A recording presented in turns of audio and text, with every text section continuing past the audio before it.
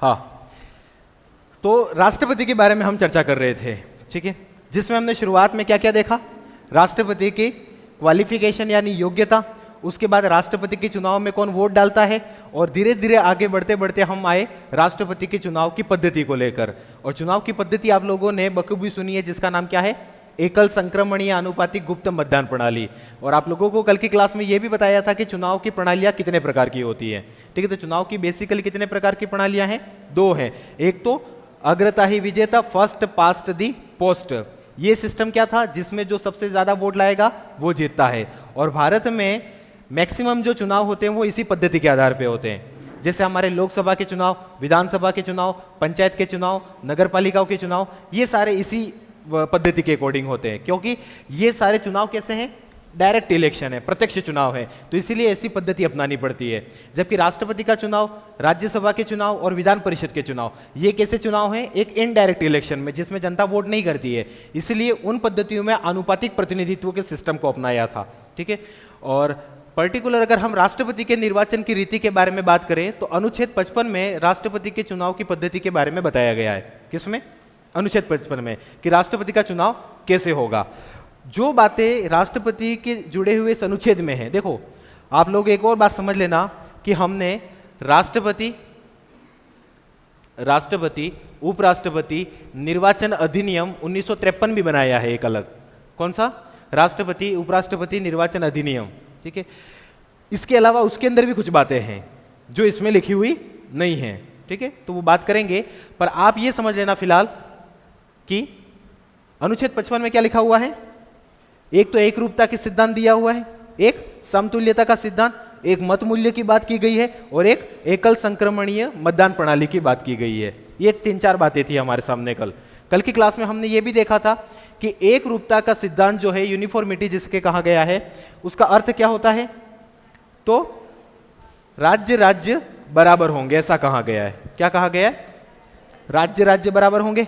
पर आप लोगों ने कल के सूत्र में ये देख लिया कि राज्य राज्य बराबर नहीं हो सकते। क्यों नहीं हो सकते, क्योंकि राज्य और राज्यों को बराबर बनाने का जो सूत्र है उसमें हमने जनसंख्या को मान लिया है, ठीक है। और जनसंख्या तो एक जैसी रहेगी नहीं, स्थिर, संभव ही नहीं है, ठीक है। और समतुल्यता का सिद्धांत क्या कहता है कि जो केंद्र है और राज्य जो है उनमें बराबरी होनी चाहिए, ठीक है। एक रूपता का सिद्धांत क्या कहता है, राज्य राज्य में बराबरी, जबकि समतुल्यता का सिद्धांत क्या कहता है, केंद्र और राज्यों में बराबरी। और इसको लेकर दो हमारे सामने अलग अलग सूत्र थे। तो राज्यों के बीच बराबरी रहे, इसको लेकर हमने एक सूत्र बना दिया, ठीक है, जो कल की क्लास में हमने बताया कि विधायक का मत मूल्य निकालने का फॉर्मूला क्या है कि राज्य की कुल जनसंख्या बटे विधानसभा के कुल निर्वाचित सदस्यों की संख्या, ठीक है। और जितने वो निर्वाचित सदस्य हैं उसमें भाग कितने का दे देना है, 1000 का। 1000 का भाग क्यों देते हैं, तो ये कल बताया था कि थोड़ी संख्या कम आ जाए, है ना, कैलकुलेशन करने में दिक्कत नहीं आए। तो यहाँ पे इसी सूत्र के अनुसार पूरे भारत के जितने भी राज्य हैं और 2 केंद्र शासित प्रदेश, दिल्ली और पांडुचेरी, सबके मत मूल्य इसी फॉर्मूले के अनुसार निकलते हैं। और कल की क्लास में आप लोगों को यह भी बताया था कि ये जो कुल जनसंख्या है वो मूल संविधान में तो क्या लिखा हुआ था कि जो लेटेस्ट जनगणना होगी उसी के आंकड़े के अनुसार मत मूल्य निकाला जाता है। पर आप लोगों को बताया कि 1951 की जनगणना के अनुसार पहले आंकड़े निकले, 1961 में निकले और फिर 1971 में निकले। पर 1971 में जाके दक्षिण भारत के राज्यों में अपील की, किससे, इंदिरा गांधी से, कि भाई इस लेवल पे जनसंख्या अगर प्रिंसिपल रहेगा इसमें, तो फिर जो राज्य जनसंख्या नियंत्रण कार्यक्रम नहीं कर रहे हैं उनके तो मत मूल्य बढ़ता जाएगा। आ रही बात समझ में। तो दक्षिण भारत के जो राज्य थे उनकी बात को मानते हुए इंदिरा गांधी ने एक संविधान संशोधन कर दिया और इसका परमानेंट सॉल्यूशन उन्होंने बना दिया। परमानेंट तो नहीं कह सकते, पर उनके लिए जो समस्या थी वो निपटाने के लिए, ठीक है। और उन्होंने क्या किया, तो उन्होंने 42वां संविधान संशोधन कर दिया। और ये कब हुआ, 1976 में। और 42वें संविधान संशोधन के द्वारा उन्होंने क्या कर दिया कि जो मत मूल्य होगा वो कौन सी जनगणना के अनुसार निकाला जाएगा, 1971 की जनगणना के अनुसार। और ये कब तक उन्होंने फिक्स कर दिया इस संविधान संशोधन द्वारा, 2001 तक, क्योंकि उनको पता था कि 2001 तक तो मैं जिंदा नहीं रहूंगी, तो समस्या मेरे सामने तो इतनी है नहीं, ठीक है। 2001 में जो भी प्रधानमंत्री बनेगा उसके सामने समस्या आएगी। तो 2001 में कौन बन गए, अटल बिहारी वाजपेयी जी। अटल बिहारी वाजपेयी जी भी समस्या में पड़ना नहीं चाहते थे, तो उन्होंने इंदिरा गांधी के जो संविधान संशोधन था उसका जस्ट डबल, 4 का डबल 8 और 2 का डबल 4, 84वां संविधान संशोधन कर दिया 2001 के अंदर। और उन्होंने भी सेम वही बात वापस रिपीट करवा दी कि जब तक खाली यहाँ पे 2001 जो लिखा हुआ था उसकी जगह उन्होंने कर दिया 2026, कि 2026 तक जनसंख्या के आंकड़े कौन से रहेंगे, 1971 के रहेंगे। तो आज तक किस जनसंख्या के आंकड़े के अनुसार मत मूल्य निकाला जाता है, तो 1971 की जनगणना के अनुसार। इसीलिए जैसे 1971 की जनगणना के अनुसार अगर बात करें तो राजस्थान के एक एमएलए का मत मूल्य कितना है, 129 है एक एमएलए का। उत्तर प्रदेश के एक एमएलए का मत मूल्य कितना है, 208 है। और सिक्किम के एक एमएलए का मत मूल्य कितना है, खाली 7 है। आई बात समझ में। और ये कैसे निकला, तो 1971 की जनगणना के अनुसार। ये आपके सामने फॉर्मूला है। फिर हम आगे बात करें, ये जैसे आप लोगों ने देखा, जैसे यहाँ पे लिखा हुआ ये राजस्थान है, ठीक है। राजस्थान में टोटली एमएलए कितने हैं, 200 हैं। और 200 ये 1971 की जनगणना है, उसके अनुसार जनसंख्या टोटल राजस्थान की 129 मत मूल्य निकला। 129 इंटू 200 एमएलए हैं, क्योंकि एक एमएलए का मत मूल्य कितना है, 129 है, तो 200 एमएलए का मत मूल्य कितना हो गया, 25,800। आप देख सकते हो ये राष्ट्रीय राजधानी क्षेत्र दिल्ली के बारे में भी लिखा हुआ है। दिल्ली के एमएलए कितने हैं, 70 है, ठीक है। 1971 की जनगणना कितनी है दिल्ली की, ये लिखी हुई है। उसके अनुसार दिल्ली के एक एमएलए का मत मूल्य कितना आया, 58 आया, ठीक है। और 58 इंटू 70 करने पर 4060, ये दिल्ली की टोटल एमएलए का मत मूल्य है। उसी के अकॉर्डिंग पूरे भारत के एमएलए कितने हैं निर्वाचित, 4033। ये क्या है, MLA, member of legislative assembly, मतलब जिसे हम हिंदी में क्या कहते हैं, विधायक, ठीक है। तो पूरे भारत से निर्वाचित विधायक कितने हैं, 4033। उन 4033 विधायकों का कुल मत मूल्य कितना हो जाता है, 5,43,231। कितना हो जाता है, 5,43,231, ठीक है। अब हम दूसरे प्रिंसिपल की बात करेंगे जो समतुल्यता के सिद्धांत के अनुसार बताता है। और समतुल्यता के सिद्धांत के अनुसार एक और सूत्र बताया है यहाँ पे कि क्या है, किसका मत मूल्य निकलेगा, एमपी का मत मूल्य निकलेगा। और एमपी के मत मूल्य निकालने का सूत्र क्या है कि एक सांसद, कितने सांसद की बात कर रहे हैं, एक सांसद का निकलेगा पहले तो मत मूल्य, और फिर जो मत मूल्य निकला उसका गुणा हम कर देंगे कुल सांसदों के साथ। और कुल सांसद कितने हैं, 776। एमपी का मतलब क्या है, मेंबर ऑफ पार्लियामेंट है, मध्य प्रदेश नहीं है, ठीक है। हाँ, एक सांसद का मत मूल्य निकालने का फॉर्मूला क्या है कि सभी राज्यों के निर्वाचित विधायकों का कुल मत मूल्य, ठीक है। सभी राज्य के कुल निर्वाचित विधायक कितने थे, 4033। उनका कुल मत मूल्य कितना निकल के आया था अभी, 5,43,231। ये कुल मत मूल्य निकला। और संसद के दोनों सदनों के कुल निर्वाचित सदस्य, तो दोनों सदन हो गए लोकसभा प्लस राज्यसभा, दोनों के निर्वाचित सदस्य कितने बताएं आपको, 776। तो 776 का भाग दे देना किसमें, 5,43,231 में, तो एक एमपी का मत मूल्य निकल के आपके आ जाएगा, ठीक है। और अगर इसका हम भाग देते हैं तो ये करीबन कितना आ जाएगा, 700.05 ऐसा कुछ आता है। पर जो पॉइंट में संख्या होती है उसको काउंट नहीं किया जाता है, ये बात ध्यान में रखना, ठीक है। अगर 5 से ज्यादा है तो राउंड फिगर में उसको आगे बढ़ा दिया जाता है, ठीक है। तो एक एमपी का मत मूल्य कितना हो गया, 700 हो गया, ठीक है। तो अपन अगर देखें यहाँ पे 700 इंटू कितने करें, 776, क्योंकि टोटल एमपी कितने हैं, 776 है। एक एमपी का मत मूल्य कितना है, 700। तो 776 एमपी का मत मूल्य अगर हम निकालते हैं तो ये करीबन 5,43,200 निकल के आएगा। कितना आएगा, 5,43,200। और फिर हम इन दोनों को अगर जोड़ देते हैं तो कितना हो जाएगा, जैसे 5,43,200 प्लस 5,43,231, ये होगा। ये किसका है, एमपी का। ये कितना है, एमएलए का। एमपी कितने हैं, 776। एमएलए कितने हैं, 4,033। आई बात समझ में। और टोटल कितने हो गए, 4,809, ठीक है। 4,809 टोटली क्या है, सब मिला के ये राष्ट्रपति के चुनाव में सब वोट डालने के लिए आते हैं। ये जोड़ देना तो लगभग ये 10 लाख समथिंग ऊपर आंकड़ा आता है, ठीक है। तो ये किसका सूत्र हो गया, मत मूल्य निकालने का फॉर्मूला समझ में आया कि नहीं आया आप लोगों को, ठीक है। सबसे पहले मत मूल्य किसका निकलेगा, एमएलए लोगों का निकलेगा, क्योंकि एमएलए का मत मूल्य निकलेगा तब जाके तो एमपी के मत मूल्य से बराबर करेंगे हम। आ रही बात समझ में। तो सबसे पहले किसका मत मूल्य निकलेगा, एमएलए का। एमएलए का जो मत मूल्य है, क्यों एमएलए का मत मूल्य क्यों निकाल रहे पता है आपको, क्योंकि अभी जस्ट हमने ये जो प्रिंसिपल था इसकी बात की, समतुल्यता का सिद्धांत। समतुल्यता का सिद्धांत क्या कहता है कि केंद्र और राज्य दोनों बराबर रहेंगे। तो जो टोटली राज्यों की जितनी भी वोट वैल्यू आ रही है वो हमने बराबर कर दी किससे? एमपी की वोट वैल्यू से। आ रही बात समझ में? एमपी की वोट वैल्यू से हमने बराबरी उसकी कर दी। अब क्या है? एकल संक्रमणीय हस्तांतरणीय मतदान प्रणाली के बारे में अगर बात करें, ठीक है।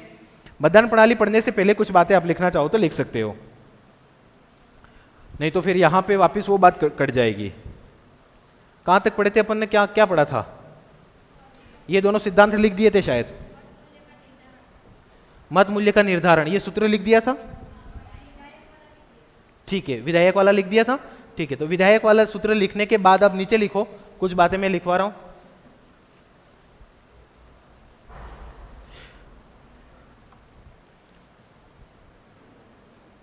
राष्ट्रपति चुनाव में ये लिख दिया था, ठीक है। हाँ, इसके नीचे लिखना आप, राष्ट्रपति चुनाव में सबसे पहले, राष्ट्रपति चुनाव में सबसे पहले विधायकों का एमएलए, यानी ब्रैकेट में कर देना, राष्ट्रपति चुनाव में सबसे पहले विधायकों, ब्रैकेट में कर देना, एमएलए का मत मूल्य निकाला जाता है। सबसे पहले विधायकों का मत मूल्य निकाला जाता है। उसके बाद लिखना नेक्स्ट लाइन में,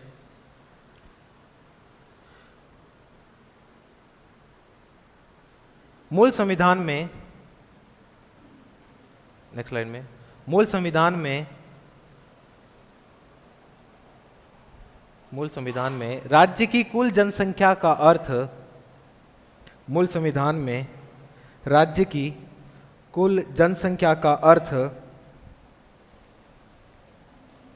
राज्य की कुल जनसंख्या का अर्थ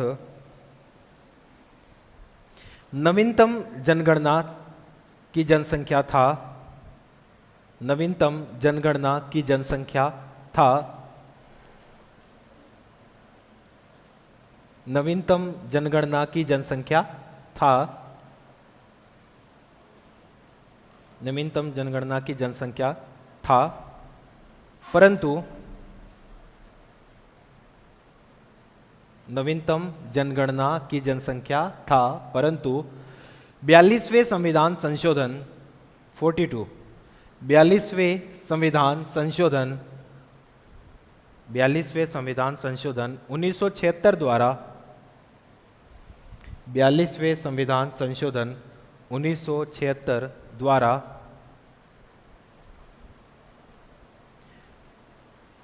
कुल जनसंख्या, कुल जनसंख्या 1971 की, 1971 की फिक्स कर दी गई, 1971 की फिक्स कर दी गई या स्थायी कर दी गई, जो भी लिखना चाहो, फिक्स कर दी गई, लिखा। नेक्स्ट लाइन में लिखो, 84वें संविधान संशोधन, नेक्स्ट लाइन में 84, 84वें संविधान संशोधन, 84वें संविधान संशोधन 2001 द्वारा,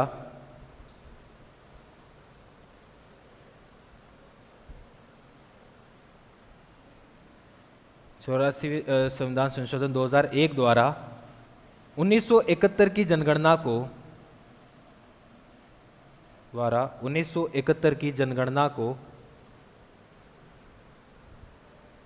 ठीक है, जनगणना का मतलब जनसंख्या ही है ना, जनगणना को 2026 तक, 2026 तक फिक्स कर दिया गया, 2026 तक फिक्स कर दिया गया।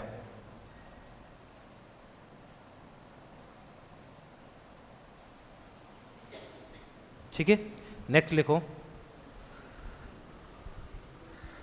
नोट लगा के, राजस्थान के एक एमएलए का मत मूल्य, राजस्थान के एक एमएलए का मत मूल्य, राजस्थान के एक एमएलए का मत मूल्य 129 है, 129, 129 है। नेक्स्ट लिखो, नेक्स्ट लाइन में सर्वाधिक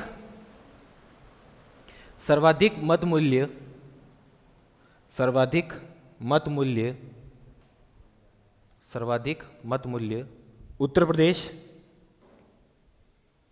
सर्वाधिक मत मूल्य उत्तर प्रदेश, ब्रैकेट में कर देना 208, उत्तर प्रदेश 208, व न्यूनतम मत मूल्य 208 व न्यूनतम मत मूल्य, व न्यूनतम मत मूल्य सिक्किम, सिक्किम ब्रैकेट में कर देना 7,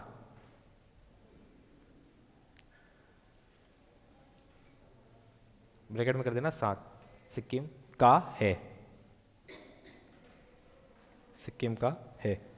ठीक है, एक और लाइन लिखना नोट लगा के, छत्तीसगढ़, छत्तीसगढ़ व राजस्थान, छत्तीसगढ़ व राजस्थान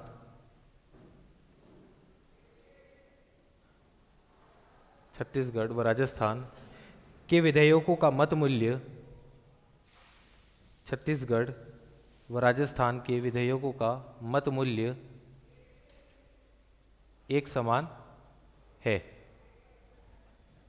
छत्तीसगढ़ व राजस्थान के विधेयकों का मत मूल्य एक समान है। राजस्थान का कितना है?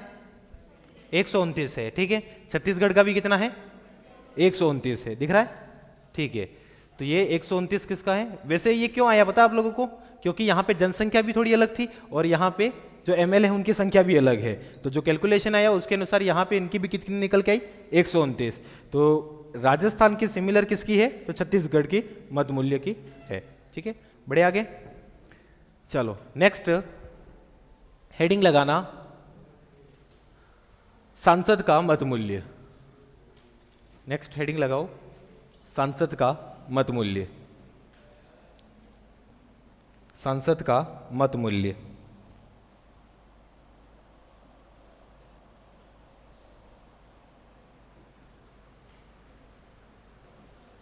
अच्छा, एक सामान्य बात मैं पूछ रहा हूं, दिमाग थोड़ा लगा के बताना आंसर, ठीक है, कि एमएलए का मत मूल्य सभी राज्यों का अलग अलग है। भाई राजस्थान का एमएलए है और मध्य प्रदेश का एमएलए है, तो या उत्तर प्रदेश का एमएलए, तो सबका अलग अलग है कि नहीं मत मूल्य? क्यों निकला? क्योंकि जनसंख्या अलग थी। ठीक है, फॉर्मूले में मैं अब पूछ रहा हूं कि राजस्थान का जो एमपी होगा उसका मत मूल्य और उत्तर प्रदेश के एमपी का मत मूल्य समान होगा कि अलग अलग होगा? समान ही होगा, है ना, क्योंकि यहाँ पे जनसंख्या नहीं है, क्योंकि जितने भी एमपी हैं उनके अंदर बांट दिया है। ठीक है, वहां पे जनसंख्या लिखा हुआ था इसलिए अलग अलग था। बाकी राजस्थान का एक एमपी होगा या उत्तर प्रदेश का एमपी होगा तो सबका एक जैसा ही होगा मत मूल्य, और मत मूल्य कितना होगा? 700 होगा। पहले कितना था? 708 था। ठीक है, ये कम क्यों हुआ? क्योंकि उत्तर प्रदेश जम्मू कश्मीर निकल गया बाहर, जम्मू कश्मीर के जो मत मूल्य थे वो निकल गए। ठीक है, तो इसीलिए ये संख्या कितनी आ गई हमारे सामने? 700 हो गई अब। ठीक है, तो लिखा एमपी का मत मूल्य, उसके बाद ये फॉर्मूला लिख देना एक बार तो, और लिख दिया हो तो आगे मैं लिखवाऊं फिर।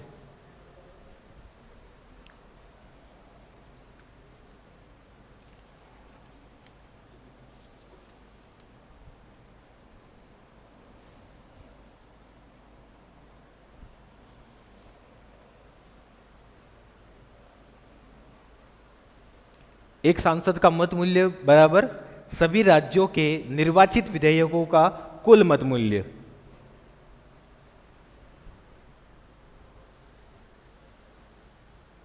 ठीक है, और उसी के नीचे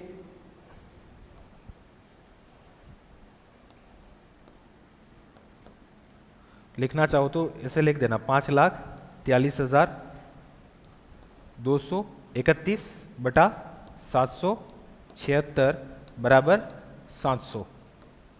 ठीक है, ये इस सूत्र के अनुसार ये आंकड़ा निकल के आपके सामने आएगा।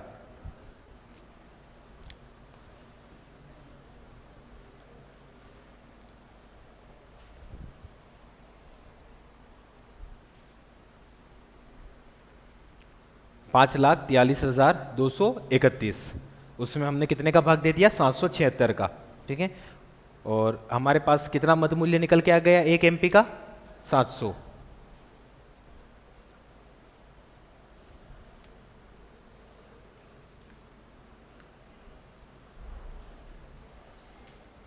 बढ़े? ठीक है, नेक्स्ट लिखो। एक दो बातें लिखना। फर्स्ट लिखना, सभी राज्यों के सांसदों का मत मूल्य, सभी राज्यों के सांसदों का मत मूल्य, सभी राज्यों के सांसदों का मत मूल्य एक समान होगा, एक समान होगा, एक समान होगा, परंतु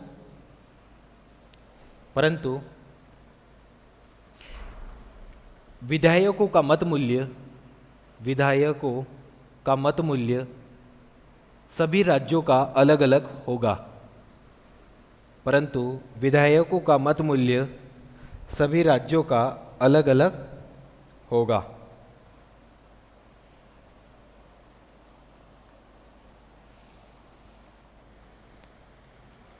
ठीक है, एक नोट लगा के एक लाइन लिखना। 2019 से पहले, 2019 से पहले, 2019 से पहले एमपी का मत मूल्य है ना, कहीं पे सांसद लिख रहे हैं, कहीं पे एमपी लिख रहे हैं, मतलब एक ही है ना। 2019 से पहले एमपी का मत मूल्य, एमपी का मतलब मध्य प्रदेश नहीं है, फिर से कह रहा हूं, एमपी का मत मूल्य 708 था, 708 था, एमपी का मत मूल्य 708 था, परंतु जम्मू कश्मीर के, परंतु जम्मू कश्मीर के निर्वाचक मंडल से बाहर होने पर, परंतु जम्मू कश्मीर के निर्वाचक मंडल से बाहर होने पर मत मूल्य घट के 700 हो गया, मत मूल्य घट के 700 हो गया।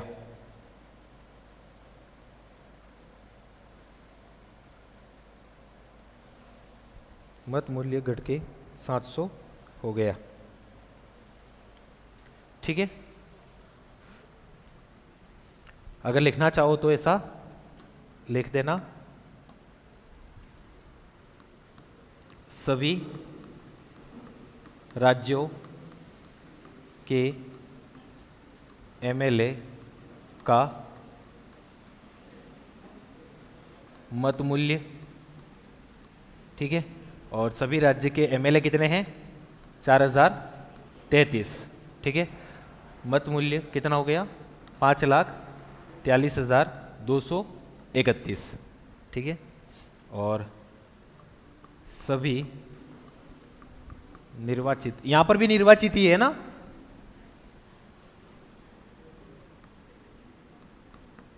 सभी निर्वाचित सांसदों का मत मूल्य कितना है? 5,43,200, ठीक है, 5,43,200, और ये कितने हैं? 776। नीचे अगर लिखना चाहो तो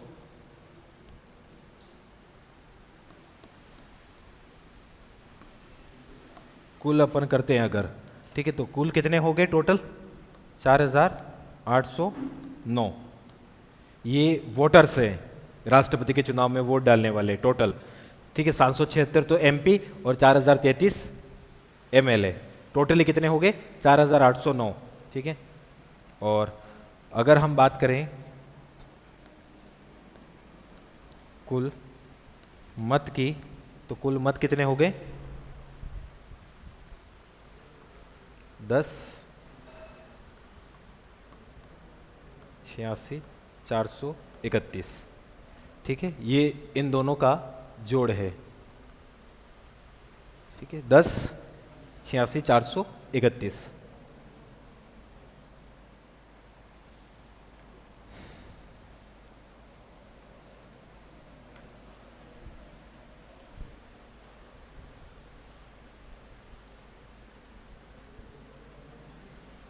दस 86 431। ठीक है, बात समझ में आ रही है कि नहीं आ रही है तुम लोगों को, ये बताओ। जा रही है, क्या हो रहा है यहाँ पे है ना, थोड़ा थोड़ा आ रहा होगा, है ना, क्योंकि कभी पढ़ी नहीं है तो स्वाभाविक सी बात है कि बहुत सारी बातें ऊपर ऊपर जा सकती है, पर जहाँ तक हो अपन पढ़ेंगे तसल्ली के साथ। बड़े आगे अब तो ये बात किसकी हो गई, वोट डालने वाले आ चुके हैं। ठीक है, वोट की वैल्यू भी निकाल ली और टोटल वोट कितने हो गए। राष्ट्रपति के चुनाव में टोटली वोट कितने हैं, तो 10,86,431 ये वोट है। और राष्ट्रपति के चुनाव में टोटली वोटर्स कितने हैं, तो 4,809, जिसमें से 4,033 तो क्या है, एमएलए, और 776 एमपी। ठीक है, और एक और चीज, एमएलए का मत मूल्य सभी राज्यों का अलग अलग होगा, जबकि एमपी का मत मूल्य किसी भी राज्य का हो पर एक जैसा ही होगा। ठीक है, बड़े अब चुनाव करवा दे। ठीक है, अब हम बात करेंगे किसकी, चुनाव की। अब चुनाव होने वाले हैं, तैयार रहना। चुनाव की पद्धति कौन सी है, एकल संक्रमणीय या हस्तांतरणीय मतदान प्रणाली। अब ये इसमें चुनाव कैसे होते हैं, तो खाली थोड़ा सा समझना यहां पे। जैसे आपके सामने राष्ट्रपति के चुनाव में इस तरह का बैलेट पेपर होगा। ठीक है, क्या होगा, बैलेट पेपर होगा, जिसमें पार्टी से कोई लेना देना नहीं है। वहां पे किसी भी पार्टी का नाम लिखा हुआ नहीं मिलेगा, कैंडिडेट का नाम लिखा हुआ है और उसके आगे आपको वरीयता डिसाइड करनी है। ठीक है, जैसे समझना कि अपन मान लेते हैं ये ए है कोई उम्मीदवार, बी है, सी है और डी है। ठीक है, ये अलग अलग उम्मीदवार हो गए। अब यहां पे समझ लेना, देखो वैसे कोई व्यक्ति किसी पार्टी का प्रतिनिधित्व नहीं करता है, पर किसी न किसी दल का तो वो होता ही है जुड़ा हुआ।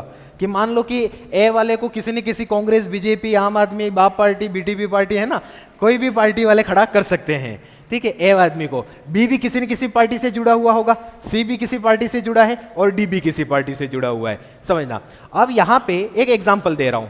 मान लो कि जो ए कैंडिडेट है वो कौन सी पार्टी का है, बीजेपी का मान लेते हैं। कौन सी पार्टी का है, बीजेपी का।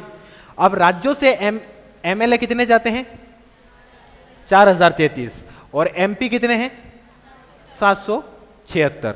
ठीक है, अब होता क्या है कि मान लें कि कोई एक एमएलए है जो किस पार्टी का है, बीजेपी का, वो वोट किसको देगा, भाई ये मान लेते हैं अपन कांग्रेस का मान लें। ठीक है, ये आम आदमी पार्टी का मान लेते हैं। ठीक है, और ये हमारी बीटीपी मान लेते हैं। ठीक है, वैसे राष्ट्रपति चुनाव में नहीं होता है, पर एक एग्जाम्पल के थ्रू समझ लेना। ठीक है, अब जो बीजेपी का उम्मीदवार है वो किसको वोट देगा, ए को देने जाएगा। क्यों, क्योंकि उसकी पार्टी का, तो इसने अपना पहला वोट तो इसको दे दिया। पर ये बीजेपी का जो कैंडिडेट है उसको सबको वोट देने होते हैं। आ रही बात समझ में, पर वरीयता में कि मेरी पहली पसंद कौन सी है, ए है, दूसरी पसंद मेरी डी है, तीसरी पसंद मेरी ये है, और कांग्रेस बीजेपी में तो है ये टक्कर, तो मेरी चौथी पसंद क्या रहेगी, ये रहेगी। होता है कि नहीं होता है भाई। मान लो कि आप भी कभी टीचर बन गए, आपका सिलेक्शन हो गया मान लेते हैं। ठीक है, फिर कितने लोगों का सिलेक्शन हुआ, 50 लोगों का। एक उदाहरण समझना, कितने लोगों का सिलेक्शन हुआ, 50 लोगों का सिलेक्शन हुआ। स्कूलें कितनी आपके पास, 50 स्कूलें। उसमें से आप सेलेक्ट करोगे कि ये 5 स्कूलों की लिस्ट है, मैं तो यही 5 लूंगा। पर आपको पता लगा कि मेरा जो क्रम है वो तो सबसे लास्ट में निकला, कि मैं किस नंबर पे हूं, मतलब रैंक में 50वें नंबर पे हूं। तो मुझसे आगे सभी लोगों ने स्कूलें ले ली, कोई बची नहीं। तो जो बची है वही मुझे तो लेनी है, लास्ट जो बची। अरे बात समझ में, पहले डिसाइड करके क्या गया था कि ये 10 स्कूलें लूंगा मैं। अरे बात समझ में, पर जब कोई बची नहीं तो फिर कहीं ना कहीं तो नौकरी करनी ही है, तो दे दो ये जो स्कूल बची है। बस वैसा का वैसा राष्ट्रपति में भी थोड़ा है, कि राष्ट्रपति में भी क्या है कि मुझे पसंद तो नहीं है ये, पर वोट सबको देने पड़ते हैं, पर वरीयता क्रम में देने पड़ते हैं। तो वरीयता क्रम में देने का मतलब ही क्या है कि आपका वोट तो एक ही रहेगा पर सबको आप दोगे। पर होता क्या है, जैसे राष्ट्रपति चुनाव में अलग अलग राउंड होते हैं। फर्स्ट राउंड में यह देखा जाता है कि कितने लोगों को पहली प्राथमिकता में वोट मिले, फर्स्ट नंबर पे वोट कितने लोगों को मिले, यह देखा जाता है, ठीक है।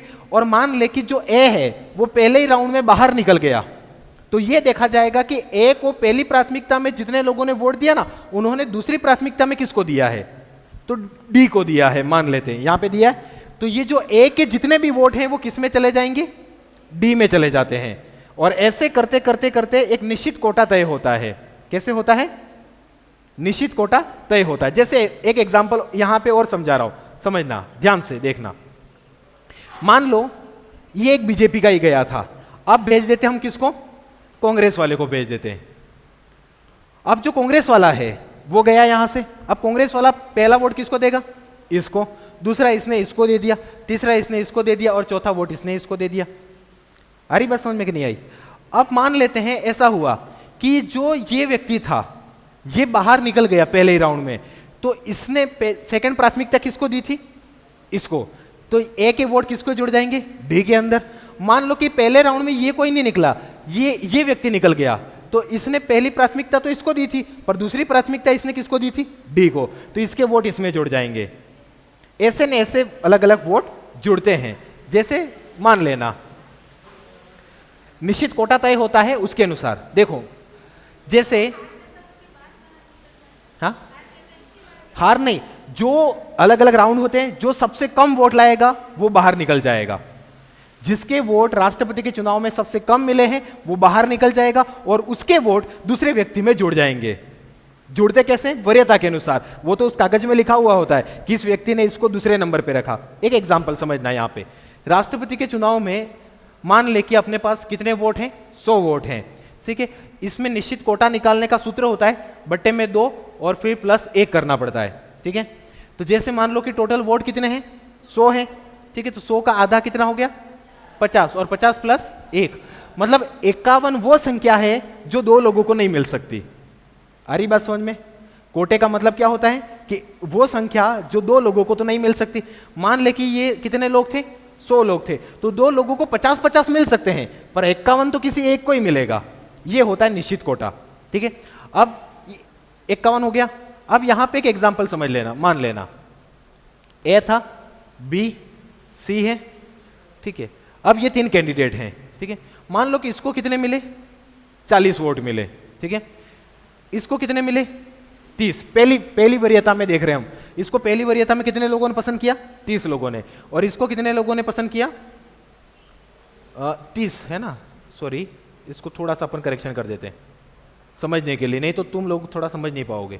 इसको 35 कर देते हैं और इसको कितना कर देते हैं, 25 कर दें, ठीक है, हो गया, ठीक है। हाँ, तो अब समझना यहां पे सबसे कम वोट कौन लाया है, सी। अभी आपको क्या लग रहा है कौन जीतने वाला है, ए, क्योंकि ए के पास सबसे ज्यादा है, ठीक है। अब ये सी इस राउंड से बाहर निकल गया, ए के घर में मिठाइयां बढ़ चुकी हैं कि अब ये जीतने वाला है क्योंकि 40 पे 10 ही चाहिए। अब देखा गया कि बी के जो 25 लोग थे उन्होंने अपना सेकंड वोट किसको दिया, ये देखा जाएगा। बी के जो 25 लोग थे उन्होंने अपना सेकंड वोट किसको दिया है। तो अब ये देखने पर क्या हो रहा है कि इन्होंने देखा कि इसमें से 20 जो कैंडिडेट थे उन्होंने अपना सेकंड वोट दिया है बी को। किसको दिया है, बी को।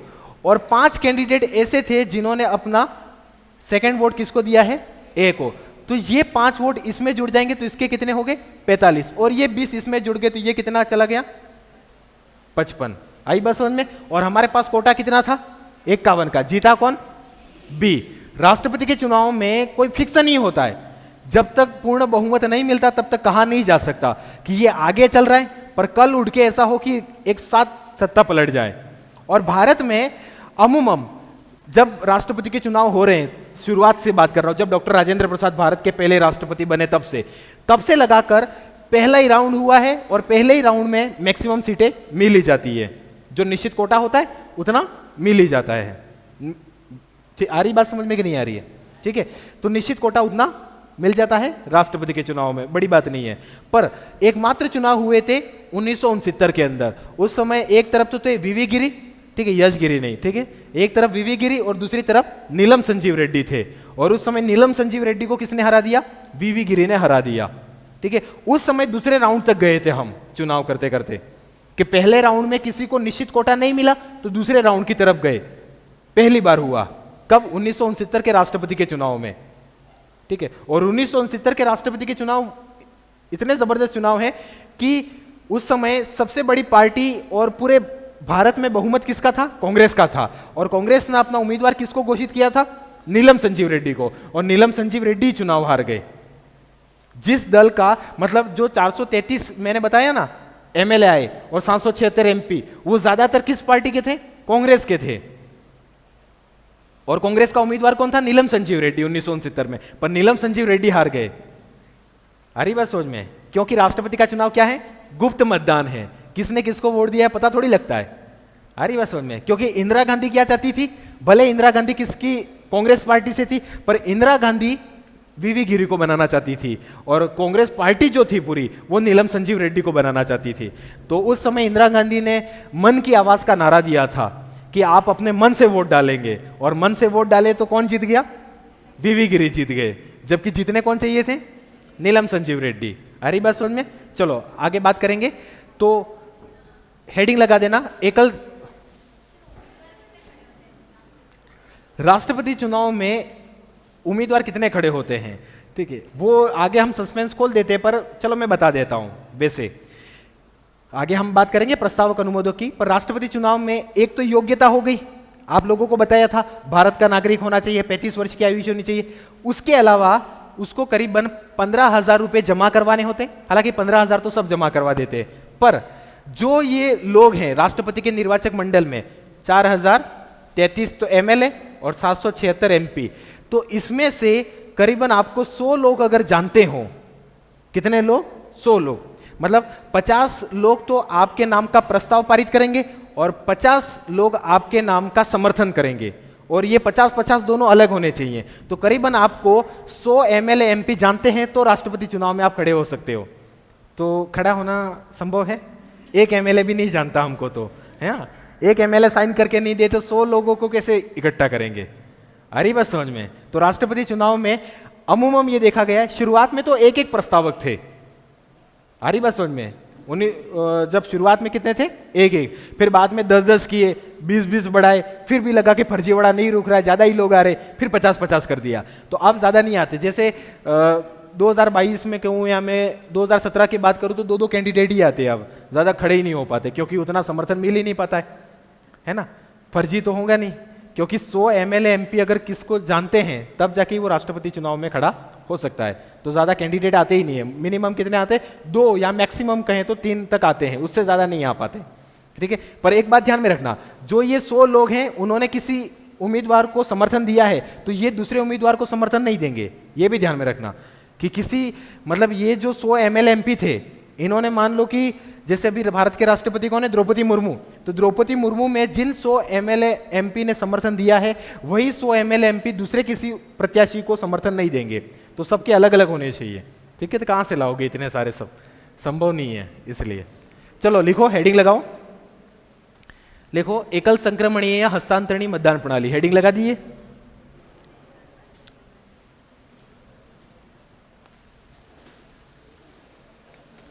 मतदान प्रणाली लिखा। लिखना इसमें, इस प्रणाली में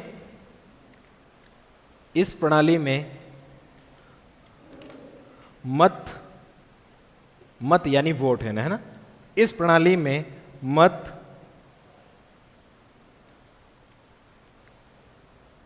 ये पद्धति जो है ना वो अनुच्छेद 55 के सब क्लोज 3 में लिखी हुई है, ठीक है। भारतीय संविधान का आर्टिकल जो 55 है उसका जो धारा 3 है उसमें ये प्रणाली लिखी हुई है। वहां पे लिखा हुआ है कि राष्ट्रपति के चुनाव एकल संक्रमणीय आनुपातिक गुप्त मतदान प्रणाली के द्वारा होंगे, ठीक है। तो राष्ट्रपति के चुनाव कैसे होंगे? गुप्त होंगे, ये भी लिखा हुआ है, ठीक है। राज्यसभा के चुनाव भी इसी पद्धति से होते हैं, पर वहां पे खुला मतदान प्रणाली है, वहां पे वोट गुप्त नहीं रखे जाते हैं, जबकि राष्ट्रपति के चुनाव में क्या है? गुप्त रखे जाते हैं। चलो लिखो, क्या लिखा? इस प्रणाली में मत वरीयता क्रम एक प्रेफरेंस डिसाइड किया जाता है। वरीयता क्रम में मत वरीयता क्रम में दिए जाते हैं। वरीयता क्रम में दिए जाते हैं। ठीक है, दूसरी बात लिखना, राष्ट्रपति का चुनाव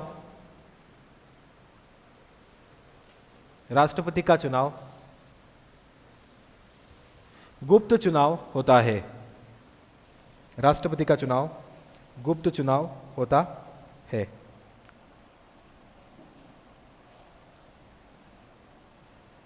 ठीक है, उसके बाद लिखना सबसे कम, नेक्स्ट लाइन में लिखो, सबसे कम मत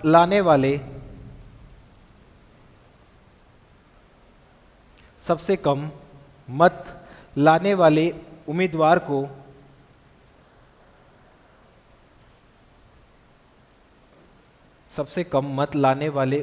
को बाहर कर दिया जाता है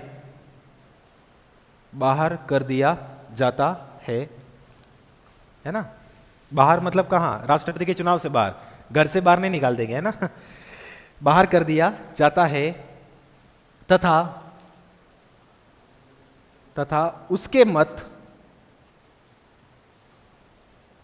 उसके मत अन्य उम्मीदवारों में बंट जाते हैं। उसके मत अन्य उम्मीदवारों में बढ़ जाते हैं।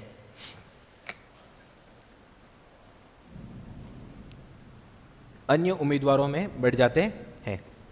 ठीक है, समझ में आ रही बात कि नहीं आ रही है? जैसे अपने यहाँ पे जो चुनाव होते हैं उसमें क्या होता है, एक को ही वोट देना पड़ता है, 2-3 बटन दबा दिए तो वोट खारिज हो जाता है। जो अग्रताई विजेता पद्धति में जो एमएलए के चुनाव होते हैं या पंचायत के चुनाव होते हैं उसमें एक ही कैंडिडेट को वोट देना है। ऐसा नहीं कि मुझे तो ये भी पसंद आ रहा है इसको भी दबा दूं, है ना, तो वहां पे वोट खारिज हो जाएगा, जबकि राष्ट्रपति चुनाव में ऐसा नहीं होता है। ठीक है, चलो क्या लिखा, बांट दिए जाते हैं। फिर लिखो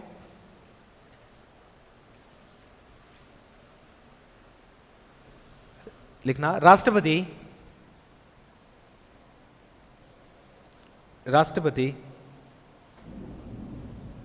पद के उम्मीदवार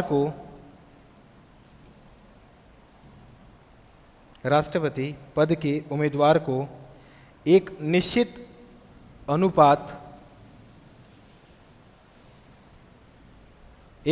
अनुपात में मत लाने होते हैं।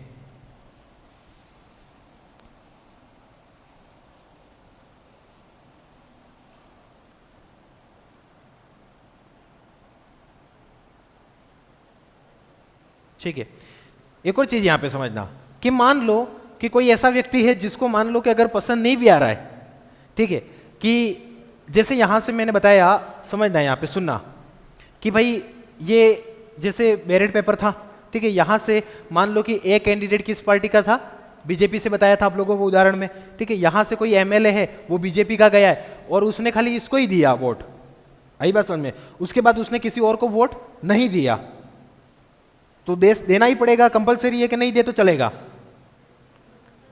कंपलसरी नहीं है, ये बात ध्यान में रखना, देना चाहे तो दे सकता है और मैक्सिमम लोग दे देते हैं। ठीक है, मैक्सिमम लोग क्या करते हैं, दे देते, देना चाहे तो दे सकता है वरीयता में, बाकी उसको लग रहा है कि मैं तो खाली एक ही पार्टी का समर्थन करता हूं, मुझे दूसरी पार्टी के लोगों से नफरत है, ठीक है, तो ऐसी कंडीशन में फिर वो इसको ही खाली वोट देके चलाए तो निकल जाता है, क्योंकि फिर बाद में अलग अलग किए जाते हैं कि ऐसे कितने वोट हैं जिनमें केवल एक ही वोट दिया गया किसी एक ही व्यक्ति को, 2-3 वोटों में अलग अलग बांटा नहीं जाए, इसलिए छोड़ो, आप लोग लेंदी हो जाएगा, बस आप इतना समझ लेना कि उस व्यक्ति की इच्छा के ऊपर निर्भर करता है, अगर वो किसी को छोड़ना चाहे तो छोड़ भी सकता है। ठीक है, सबको देना अनिवार्य नहीं है। ठीक है, तो एक लाइन लिख देना नोट लगा के, वरीयता क्रम में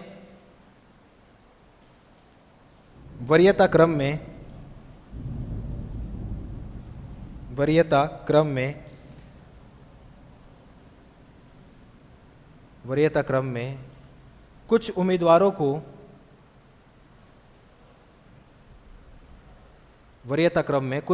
को छोड़ा भी जा सकता है। वरीयता क्रम में कुछ उम्मीदवारों को छोड़ा भी जा सकता है। ठीक है, तो मत क्या है, एक हायरार्की में, एक पदक्रम में दिए जाएंगे, ठीक है, एक वरीयता में कि मुझे ये पसंद है पर ये नहीं तो ये सही, ये नहीं तो ये सही, और कुछ भी नहीं मिले तो ये तो है ही कोई ऑप्शन नहीं है तो, है ना। कलेक्टर बनने निकले थे, कलेक्टर नहीं बनते बनते कंडक्टर भी बन जाए तो भी क्या फर्क पड़ता है ना। अब देखना, अब किसकी बात करेंगे, मतगणना की, क्योंकि वोट हो चुके, वोट करवा दिए 433 लोग और 776 ये वोट डालने आ चुके थे और इन्होंने वरीयता क्रम में सब वोट हो गए हैं। अब मत की गणना कैसे होती है, उसके क्या क्या क्रम है ये समझना।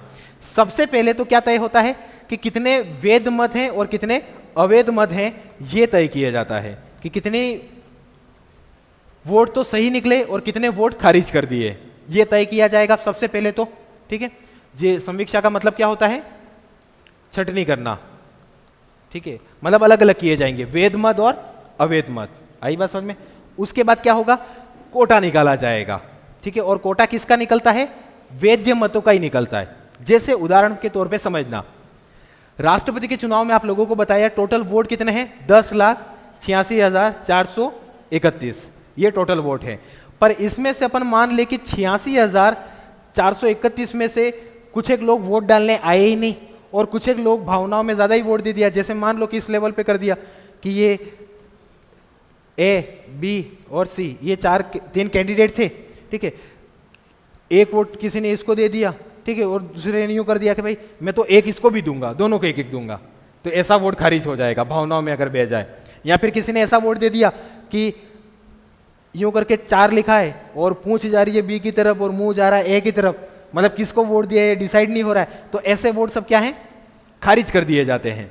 आ रही बात समझ में कि नहीं आई, कि भाई राष्ट्रपति का चुनाव था, आप लोगों को जब प्रस्तावना पढ़ाया उस समय बताया था एक बॉक्स होता है, उस बॉक्स में चिट्ठियां डालते हैं, ठीक है। अब चिट्ठियां निकाली और चिट्ठियों में ऐसा लगा कि ये पता ही नहीं लग रहा कि किसने किसको वोट दिया, आ रही बात समझ में, ठीक है। ये मुलायम सिंह यादव के समय में हुआ था। मुलायम सिंह यादव जब राष्ट्रपति चुनाव में वोट डालने गए तो उनका वोट खारिज हो गया था उस समय, कि उन्होंने क्या किया, सबसे पहले तो किसी जोश में किसी को दे दिया, फिर उनको लगा कि इसको नहीं देना था, मुझे तो इसको देना था, आ रही बात समझ में, फिर उन्होंने वो फाड़ दिया यूं कहते हैं, ठीक है, और उन्होंने दूसरी स्लिप मांगी। तो राष्ट्रपति चुनाव में क्या होता है कि एक व्यक्ति को एक ही बार स्लिप मिलती है, कितनी बार मिलती है, एक ही बार। तो फिर बीजेपी वाले जो थे उन्होंने ऑब्जेक्शन किया उस समय कि भाई इन्होंने ये जो पर्ची फाड़ दी है, ठीक है, एक व्यक्ति का कितना वोट है, एक ही वोट है, तो दोबारा इनको पर्ची नहीं मिलेगी, ठीक है। तो उस समय उन्होंने, और वो कैंडिडेट जो था उन्होंने पहले बीजेपी के शायद पक्ष में डाल दिया था यूं कहते हैं, और बीजेपी वाले यूं कह रहे हैं कि पहले वोट को काउंट कर लो, जो पहले वोट हुआ है उसको काउंट करो। तो उस समय निर्वाचन आयोग ने क्या कह दिया कि भाई पहले वाला वोट भी काउंट नहीं होगा, क्यों, क्योंकि वो गुप्त नहीं रहा, वो क्या हो गया, लीक हो गया है ना। राष्ट्रपति का चुनाव क्या है, गुप्त प्रणाली है, और पहले वाला वोट क्या हो गया, लीक हो गया, और दूसरा वोट मिलेगा नहीं इसलिए खारिज कर दिया, तो उनके वोट उस समय खारिज हो गए, वो बात काफी हाईलाइट हो गई, ठीक है। हाँ, तो आई बात समझ में कि नहीं आई। तो इस हिसाब से छटनियां होती है। अब यहां पे पहला प्रश्न ये है कि ये छटनियां करेगा कौन, और यहां से क्वेश्चन आता है कंपटीशन एग्जाम में, ठीक है।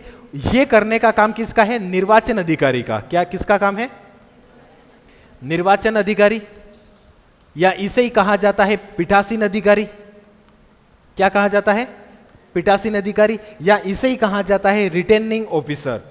रिटर्निंग ऑफिसर कहा जाता है इसको, 3 नाम है। और ये होता कौन है निर्वाचन अधिकारी, तो लोकसभा और राज्यसभा के जो महासचिव होते हैं, कौन होते हैं, लोकसभा राज्यसभा के जो महासचिव होते हैं वो राष्ट्रपति और उपराष्ट्रपति के चुनाव में पीठासीन अधिकारी होते हैं। जैसे समझना, 2022 में राष्ट्रपति का चुनाव हुआ, द्रौपदी मुर्मू वाला, आ रही बात समझ में, द्रौपदी मुर्मू बनी। उस समय पीठासीन अधिकारी कौन थे, तो राज्यसभा के महासचिव थे। कौन थे, राज्यसभा के महासचिव थे, और उनका नाम पीसी मोदी ऐसा कुछ है, पीसी मोदी नाम था उनका, राज्यसभा के महासचिव थे। और वो 2022 के जो राष्ट्रपति के चुनाव थे उसमें कौन थे, निर्वाचन अधिकारी थे, मतलब पीठासीन अधिकारी वो थे। अब दोबारा जब राष्ट्रपति के चुनाव होंगे, ठीक है, मतलब जैसे 22 में हुए तो 23, 24, 25, 26 और 27 में जाके करीबन अगले राष्ट्रपति के चुनाव होंगे। तो 27 में जब चुनाव होंगे उस समय कौन पीठासीन अधिकारी बनेगा, लोकसभा का महासचिव। क्यों? क्योंकि पहले वाले में कौन बन चुका है? राज्यसभा का। उसके बाद फिर अगले चुनाव होंगे तो वापस राज्यसभा का महासचिव बनेगा। तो क्रम से दोनों अलग अलग पीठासीन अधिकारी बनते हैं। ठीक है, तो 2022 में कौन बन गया? राज्यसभा के महासचिव बने। ठीक है, और पीठासीन अधिकारी कौन होता है? लोकसभा या राज्यसभा का महासचिव बनता है, और दोनों बारी बारी बनते हैं। ये बात ध्यान में रखना। इनके अलावा कोई भी पीठासीन अधिकारी नहीं बनता है, और पीठासीन अधिकारी का काम ही यही होता है। हालांकि वो महासचिव खुद देखने नहीं बैठा गए एक एक चिट्ठी, उसके अंडर में सारे लोग काम करेंगे, पर वो मेन सीट के ऊपर वही बैठेगा, वो निरीक्षण करेगा कि कोई गड़बड़ नहीं होनी चाहिए। आई बात समझ में? ये बात ध्यान में रखना। उसके अलावा कोटे का निर्धारण होता है कि मतलब जितने अवैध वोट थे वो सब खारिज हो गए, जितने वैध वोट थे वो लिख दिए जाएंगे, बट्टे में 2 और फिर +1 कर दिया जाएगा। ये कोटा निर्धारित हो गया। ठीक है, उसके बाद मतों की गणना होती है, काउंटिंग होती है, जिसमें बताया फर्स्ट राउंड में अगर सबसे कम वोट लाने वाला व्यक्ति बाहर हो जाता है, उसके वोट दूसरे में गिने हो जाते हैं, और फिर लास्ट में परिणामों की घोषणा कर दी जाती है। परिणामों की घोषणा कौन करता है? तो यही पीठासीन अधिकारी घोषणा करता है, और घोषणा करने के बाद ये तुरंत सूचना देता है केंद्र सरकार को और निर्वाचन आयोग को, और केंद्र सरकार राष्ट्रपति के चुनाव होने के बाद जो प्रत्याशी जीता है उसका राजपत्र गजट में नाम लिखवा के पारित करवा देता है केंद्र सरकार। आ रही बात समझ में? तो लिखना, हेडिंग लगाना मतों की गणना। ठीक है, ये लिख देना, ये क्रम लिख देना, ये चारों बातें ध्यान में रहेंगी। मत गणना कैसे हो रही है।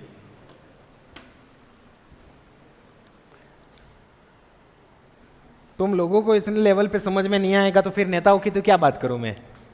नेताओं को कितना समझ में आ रहा होगा।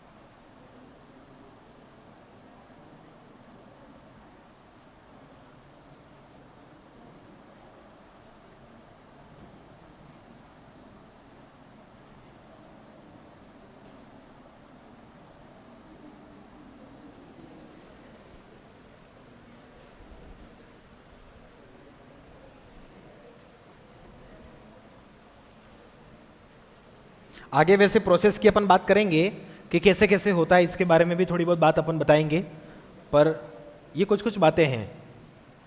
जैसे आप लोगों को ये भी पता होना चाहिए कि राष्ट्रपति पद के जो उम्मीदवार के रूप में व्यक्ति खड़ा हुआ है वो अपना नामांकन रिटर्निंग ऑफिसर के पास जमा करवाता है, और वो भी कब जमा करवाता है? 11 बजे से लगा के 3 बजे के बीच में, उससे बाद में नहीं लेगा कोई भी। 11 से 3 के बीच में ही जमा करवाना होता है। ऐसा सब कुछ लिखा हुआ है राष्ट्रपति उपराष्ट्रपति निर्वाचन अधिनियम 1953 के अंदर। आ रही बात समझ में? उसके अधिनियम की बात भी करेंगे, अभी तो बहुत सारी बातें हैं, चुनाव अभी हुए नहीं हैं। लिख दिया? चलो अब लिखना, सबसे हेडिंग लगा दो, वैध व अवैध मदों की समीक्षा या छटनी। हेडिंग लगा देना।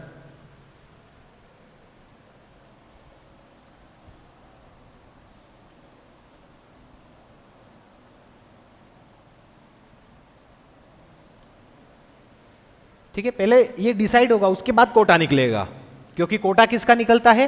वैध मतों का ही निकलता है ना। जो वोट खारिज हो गए या टोटल जो वोट पड़े हैं उसका कोटा नहीं निकलता है। कोटा निकलता किसका है? जो सही वोट हैं, जो लीगल हैं। ठीक है, ये बात ध्यान में रखना। ठीक है, लिखो क्या लिखा? वैध व अवैध मतों की छटनी। उसमें लिखो सर्वप्रथम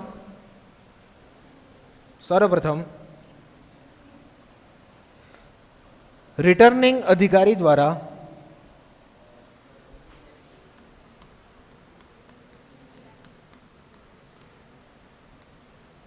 रिटर्निंग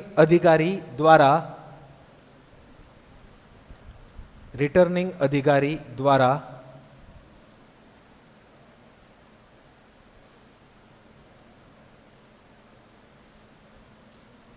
वैध व अवैध मतों को अलग अलग किया जाता है।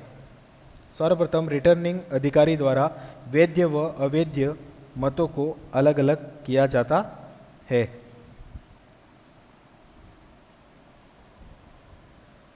वैध व अवैध मतों को अलग अलग किया जाता है। यहीं पे एक नोट लगा के लाइन लिख देना, जो बात बहुत बार कंपटीशन एग्जाम में, जैसे अध्यापक के जो पेपर होते हैं, जैसे थर्ड ग्रेड हो गया, सेकंड ग्रेड हो गए, इनों में भी ये क्वेश्चन आता है। नोट लगा के लिखना, राष्ट्रपति व उपराष्ट्रपति के, क्योंकि दोनों में यही बात है ना, राष्ट्रपति व उपराष्ट्रपति के चुनावों में, राष्ट्रपति व उपराष्ट्रपति के चुनावों में, राष्ट्रपति व उपराष्ट्रपति के चुनाव में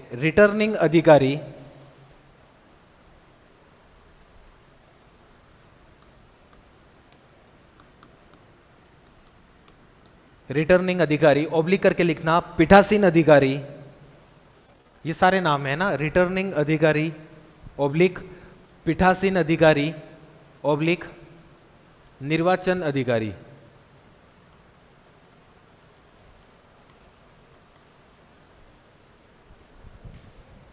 रिटर्निंग अधिकारी ऑब्लिक पीठासीन अधिकारी ऑब्लिक निर्वाचन अधिकारी लोकसभा निर्वाचन अधिकारी लोकसभा व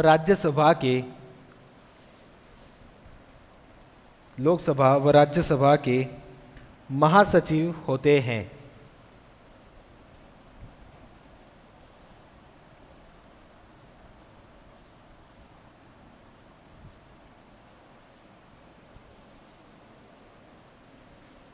ठीक है, महासचिव होते हैं,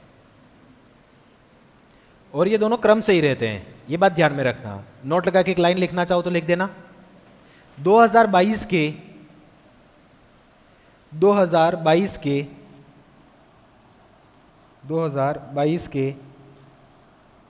राष्ट्रपति चुनावों में,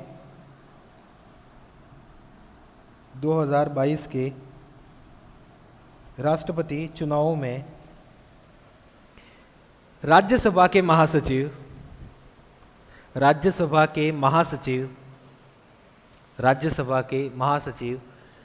पीसी मोदी,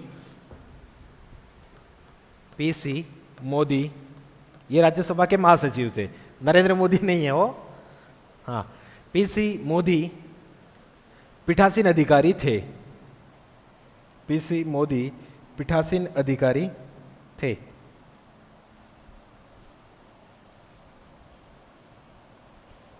ठीक है,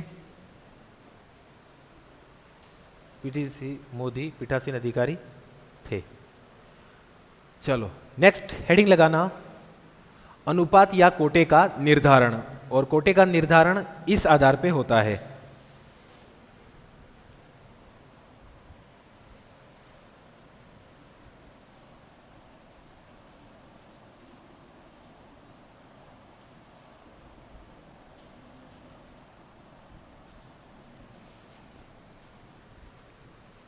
कोटे का निर्धारण, अनुपात या कोटे का निर्धारण, जिसमें क्या है, कुल वैध मत है ना।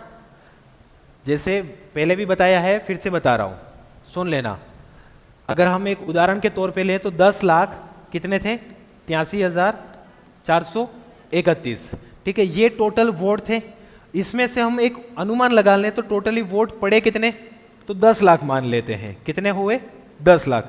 बाकी सब वोट पड़े भी नहीं, कुछ फर्जी वोट निकले। तो ऐसी कंडीशन में कितने रहे हमारे पास, वैध मत कितने रहे, यूं बता रहा हूं उदाहरण के तौर पे 10 लाख। तो 10 लाख में भाई यहां पे क्या लिखा हुआ है, कुल पद। तो राष्ट्रपति कितना है भारत का, एक ही है। ठीक है, तो 1 + 1 मतलब ये टोटली 2 कितने हो गए, 2 हो गए। ठीक है, तो 2। ठीक है, अब इसको हम काट दे अगर, तो कितना आ गया, 5 लाख के करीबन हो गया। कितना हो गया, इकाई, दहाई, सैकड़ा, हजार, 10,000 और लाख, 5 लाख प्लस कितना जोड़ेंगे, 1। तो कोटा कितना हो गया, 5 लाख 1। 5 लाख 1 जिसको भी वोट प्राप्त होंगे वो राष्ट्रपति चुनाव में जीतेगा। ये मतलब होता है इसका। आ रही बात समझ में कि नहीं आ रही है, ठीक है, ये बात ध्यान में रखना। अगर किसी को मैं कह दूं कि 4 लाख वोट मिले हैं ना, तो भी वो, और किसी को 3 लाख मिले हैं, तो नहीं जीतेगा वो। क्यों? क्योंकि कितने लाने पड़ेंगे? 5 लाख 1 वोट लाना है, ठीक है। और 5 लाख 1 वोट वो वोट हैं जो 10 लाख में से 2 लोग तो नहीं ला सकते। 5 लाख 1, आ रही बात समझ में? अगर 5 लाख 1 2 बार जोड़ देंगे तो कितना हो जाएगा? 10 लाख 2 हो जाएगा, ठीक है। और हमारे पास वोट कितने हैं? 10 ही लाख हैं। तो 5 लाख 1 वोट वो संख्या है जो किसी एक कैंडिडेट को ही मिलेगी, ये बात ध्यान में रखना, ठीक है। तो कोटे का मतलब ही क्या होता है कि वह संख्या जो किसी एक उम्मीदवार को मिले वहां पे, ठीक है। या जितनी सीटें हैं उतने लोगों को ही वो प्राप्त होंगी, उससे ज्यादा नहीं होंगी, ठीक है। कभी करके देख लेना, जब भी आप लोग कि आपको लगे कि मुझे 5 लोगों के चुनाव करने हैं तो यहां पे 5 कर देना, पर फिर कोटा निकालना, तो उतना ही आएगा आंकड़ा। चलो ज्यादा उलझाऊंगा नहीं, आप तो लिखते जाओ। क्या लिखा? कोटा निर्धारण लिख दिया, ठीक है। उदाहरण लिखना है कि समझ में आ गई बात? आ गई इन बात? करना आप घर पे जाके कभी, है ना। तो एक लाइन लिखना। एक और चीज यहां पे ध्यान में क्या रखनी है कि अनुच्छेद 55 में एक रूपता का सिद्धांत, समतुल्यता का सिद्धांत, मत मूल्य के सूत्र, ठीक है, मत मूल्य के सूत्र बात कर रहा हूं, ठीक है। और उसके बाद एकल संक्रमणीय गुप्त मतदान प्रणाली, यही लिखा हुआ है।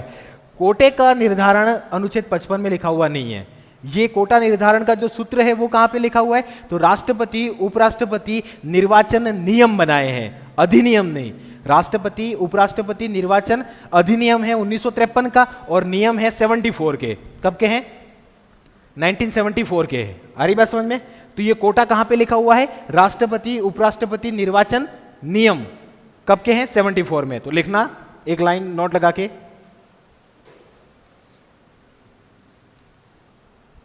कोटा निर्धारण का सूत्र, कोटा निर्धारण का सूत्र, कोटा निर्धारण का सूत्र संविधान में लिखा हुआ नहीं है। कोटा निर्धारण का सूत्र संविधान में लिखा हुआ नहीं है, संविधान में लिखा हुआ नहीं है, लिखा हुआ नहीं है। नेक्स्ट लाइन में लिखो, इसका निर्धारण, इसका निर्धारण, इसका निर्धारण राष्ट्रपति, इसका निर्धारण राष्ट्रपति व उपराष्ट्रपति, राष्ट्रपति व उपराष्ट्रपति निर्वाचन नियम, राष्ट्रपति उपराष्ट्रपति निर्वाचन नियम, राष्ट्रपति उपराष्ट्रपति निर्वाचन नियम 1974, 1974 में किया गया है, ठीक है। बाकी बातें अगली क्लास में, तब तक के लिए आपको शुभकामनाएं।